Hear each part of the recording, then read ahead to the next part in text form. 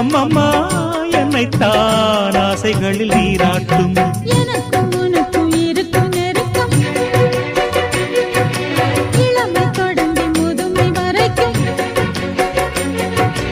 இரவும் பகலும் உறவை வளர்க்கும் இடையில் இருக்கும் தடையை தகர்க்கும்.